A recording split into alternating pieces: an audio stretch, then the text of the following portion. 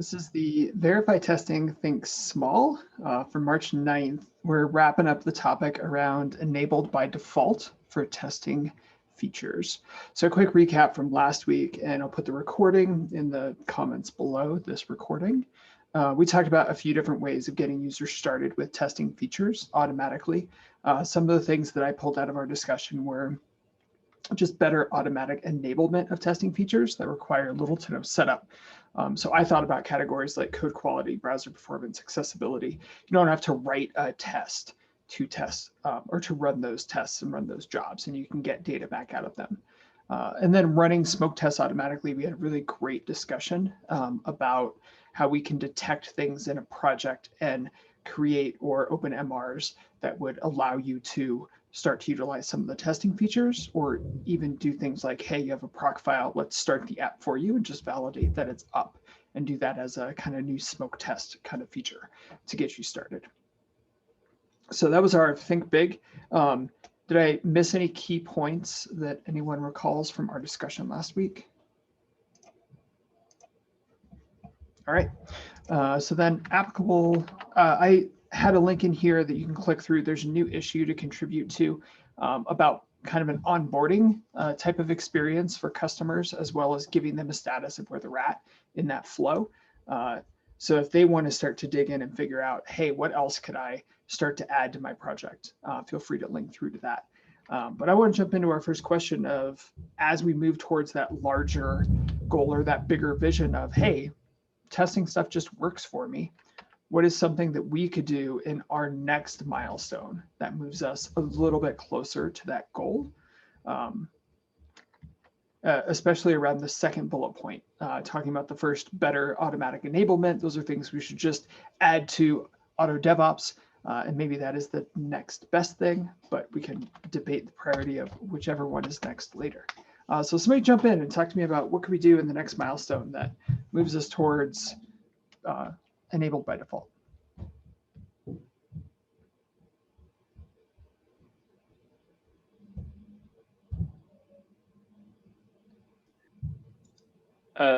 James, during the week, either yesterday or last week, I don't remember, you brought up a tool in Slack that does something kind of similar here. It was like an automatic like mocking and testing library that sort of is like the API testing infrastructure as a service kind of thing. Mm-hmm.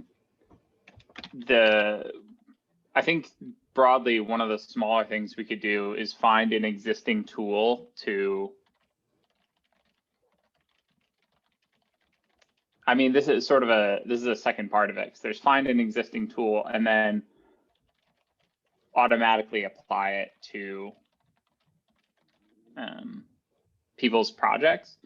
But I think there's certain kinds of tools like that that are sort of amenable to being thrown on and just saying, yeah, you can do it. You know, there's a zero configuration path to getting started.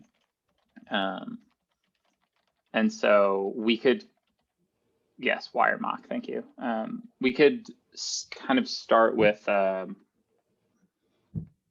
don't even know what we implement here, but essentially start with sort of figuring out what is generally applicable.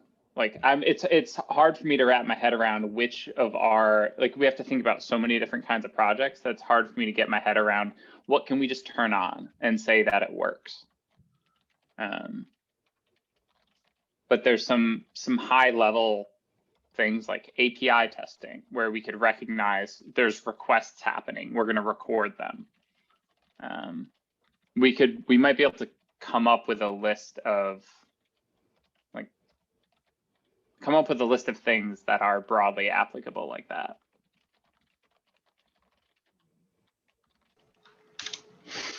Yeah, I agree. And like on that same line of thought, it'd probably be easiest to look for a similar tool to Wiremock that just kind of plugs into a Swagger or OpenAPI definition. That way, it seemed like Wiremock had a bit more of manual setup where you'd have to set the requests and expectations. It looked like Java, but I didn't look too far into the docs. And something like Swagger Open API just has the YAML definition of the API endpoints and the expectations for them. So I would expect that there'd be some tool that does pretty much the exact same thing Wiremock does, but with Open API specifications. Yeah.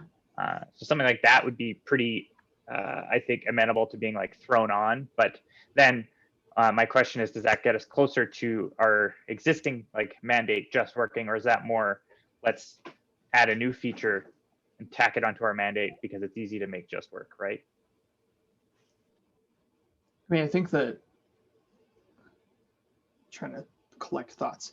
If we implemented a new feature that was, or implemented a new functionality that's targeted at API testing, say we see you have an endpoint, or even you have a Open API or a Swagger definition file as part of your project, great, we're going to grab it and use it and just make sure that the endpoints that you describe accept a GET and output that as JUnit, something that it fits into an existing bit of functionality for us. So there's not a big lift of, also, we're going to present you that data.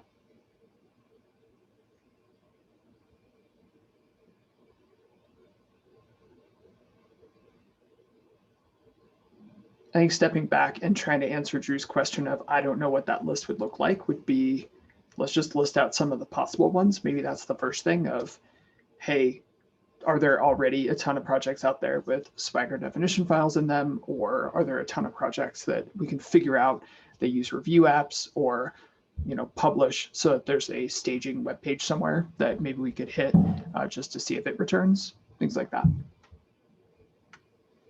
And it could be something like I know in our spec, there's a way to write configuration to hook into all the requests that our spec handles in your integration tests. So that's a specific place where I know that we could just hook into a test suite and start automatically doing things for people.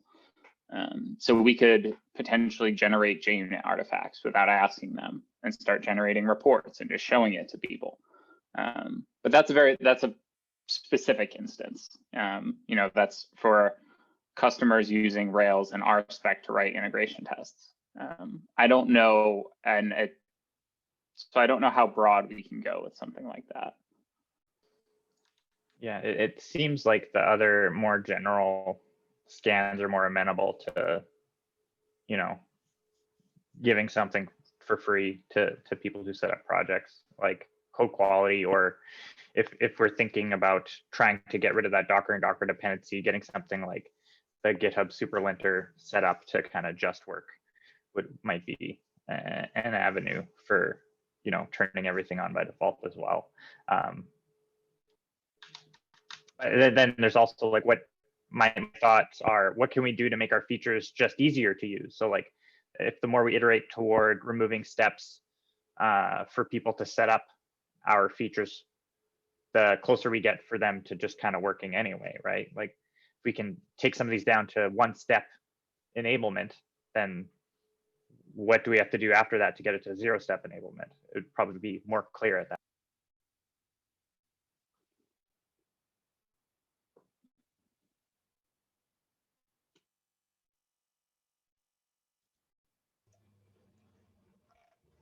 So a couple of different tracks there of maybe some new functionality that gets us closer to our vision, maybe some existing functionality that we simplify setup for.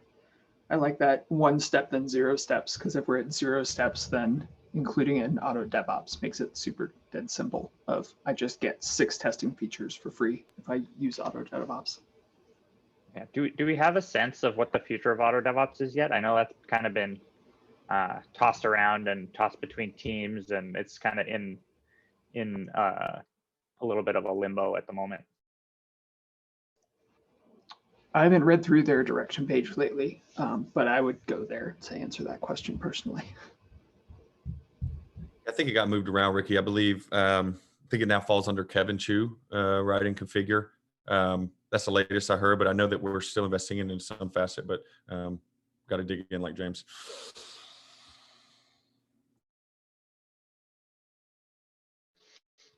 Yeah, I'm kind of hesitant to put a lot of eggs in that basket at the moment, just because it seems like it's a bit up in the air.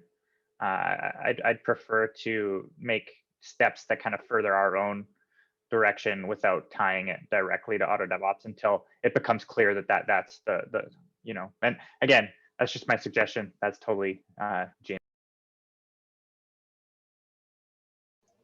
Yeah, being reliant on something we don't know which way it's going is not putting our eggs in the smart basket, at least. It does have a lot of value though, right? Hopefully, I like my hope is that we are investing more in it than less. So I think it's good to check that out because point and click CI/CD templates go hand in hand with what you're talking about right here as far as usability and ease of use, right? Kind of like you're talking about like a switch. You can, hey, if we could just flip this code quality switch and then the lights all turn on. I think that's exactly what users want, right? They want it to be really easy and opinionated. And so, yeah, I think they go hand in hand. Yeah, I wonder about making our templates more easier to use and then automating. This is my idea of an incremental step would be to automate merge requests into people's projects that turn on our features by making a merge request into their GitLab CI YAML file programmatically. So like, hey, you could turn on JUnit reports by doing something like this. That'd be pretty.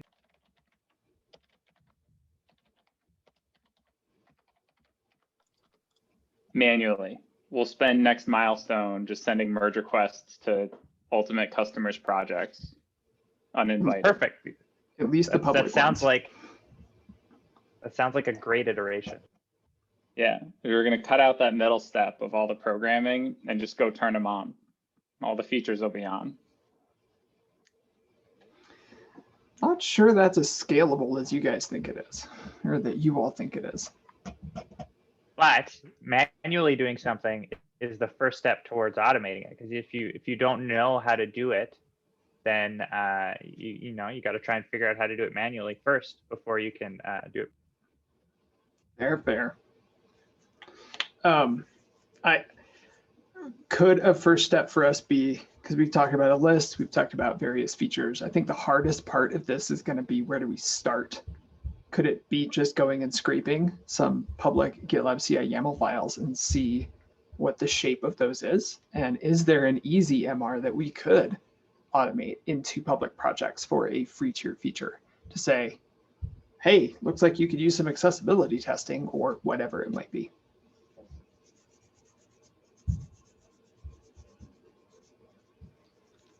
Code quality, I think, is the easiest one, but it's also the hardest one on our infrastructure side, if you know what I mean, like with Docker and Yeah. It takes a while if you're using a shared runner to do it. So I'm still kind of torn between getting that super linter up and running as a prerequisite for going down the code quality path, just so that we have something that's a bit more flexible and doesn't require Docker so we can start to do interesting things. So I know last week we talked about giving them like a free number of CI minutes for things like code quality, just to see if they find it useful at first, like a trial kind of thing, because what we don't want to do is automatically add code quality and add all these things that are taking up their CI minutes immediately, and then like as soon as they import a project, it's just they're done. They don't have any more CI minutes that month. Yeah, and I don't think we're at a place from a fulfillment standpoint to do that yet. I think that's probably still in the future for fulfillment, because they're still working on the CI minutes. The way those are billed is getting a big refactor, I think, in the coming month. And then from there, I think there's still a lot of fulfillment work to do around being able to charge for minutes and being able to charge for different classes of minutes is something that is going to be important too, because like a Windows runner or a Mac runner has a very different cost to us than a Linux runner.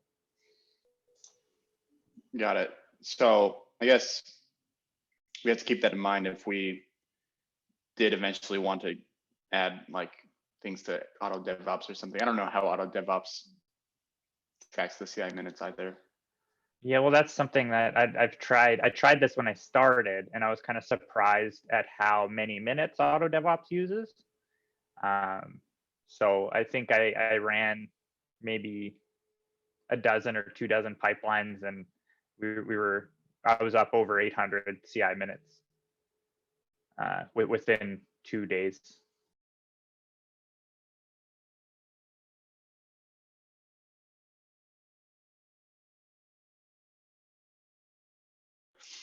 So I guess it'd be nicer for the customer, I guess, if we could automatically add features for them that didn't take up CI minutes. I think a lot of it's about discoverability too, at least from my perspective. When I came into the organization, I didn't know about any of these features that the testing team is responsible for, right? Like it's not apparent that we can do that. So it's just getting people engaged when they're using the application so that they know that they can turn something on is half of the battle, and then the other half is making that easy. Yep, and they play off each other, right? It's a great point. What an easy thing currently on merge requests, we have the MR widgets, right, for code quality, all of our stuff. I don't think they show up if you don't have that report. Would an easy thing be to show that and say, hey, you don't have a report for this. Here are links to the docs to show how, if this is interesting to you, this would be useful. We don't want to get in people's faces either, right? Like if we did do something like that, we'd probably want it to be dismissible. So like almost rendering it with an X in the corner or something. And then if they click the X, we don't fake render that widget again. Yeah, that sounds good. If we get, like looking down the road, if we get to more of a combined quality widget that includes some of the various scans that we run, that once we're taking up that real estate and maybe not expanding on it as you run more scans, that might be a place where we can say, hey, looks like you have review apps. You should run accessibility, or you should enable visual review tools, and here's how to do it. Would be a way to go. If we, on the pipeline page, do we, I can't remember if we show the test page if they don't have any tests. But if we do, because that's just a tab along there, we could do something like that and say, like looking at your GitLab CI YAML, it looks like you generate test data. Click here to open an MR in your GitLab CI YAML that will enable this tab. That might be, that's not the smallest thing we could do probably, but that might be a step in that direction to see if there's appetite for turning a feature like that on more broadly. Do you show the test tab? I just looked at a project that I have with no test, don't judge me. And it just says no test to show on there. It's just a static site for my brother. It's fine. Unbelievable. He doesn't need tests. That seems like a pretty good opportunity to just put a link in there, because like that brings awareness to the feature, right? If people go, oh, tests, what's that? And they click on it, it's just like there are no tests. They're gonna be like, okay, well, how do I get stuff to show up in there, right? That's kind of not answering the implicit question that somebody might have when they come to. So that could be the smallest thing that gets us in that direction, is measuring how many people click on a test tab and then follow the link because they had no tests. Be a decent experiment we could run and see is there appetite for this, and iterate from there to say, hey, can we just open the MR for you that creates tests? There's probably a way to determine too if they have a test stage. Because if they have a test stage, then it's a different solution, right? They would just need to convert it over to the JUnit XML format.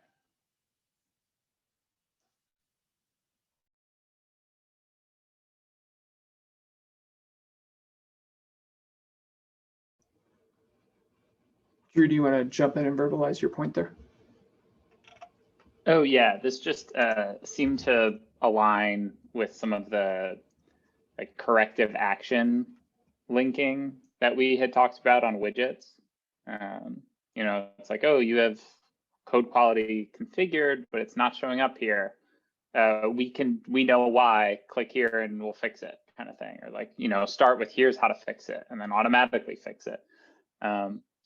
Just that same idea of the problem might be you haven't configured code quality instead of, you know, you've configured code quality and it's not here. We could look at that as a problem too with an automatic corrective that we can put into your project. I think that's a really good point. And I think that aligns with some of the Q2KRs and overall objectives the product is talking about for fiscal year 22 in terms of UX and trying to tighten things up and make things, the user experience better. I like a lot of the ideas that y'all have been suggesting, because I feel like that is in super direct alignment with some of the steps that we want to take next quarter. All right, we are quickly hurtling towards the end of our time. I want to make sure that we at least acknowledge these other questions here. The hardest part of the problem to solve, I think we covered some of that of where to start in the myriad of places where we can introduce some quality. And then, yeah, I think that that's probably it. Or you could debate that of, can we just make these things discoverable? And then the riskiest assumption that we've made is, I think that people actually want this. If we look back at where we started with one customer interview. It was a great customer interview. They had a lot of great data for us, but that is one anecdote. And that could be just that one customer's feeling and nobody else is feeling that. So I think that would be the riskiest assumption. But I think that some flavor of what we've identified around, hey, we already have UI and there's nothing there, let's link them to docs and testing that would validate that that is actually true and that we can move forward and figure out from there, what else do we want to get turned on for folks automatically.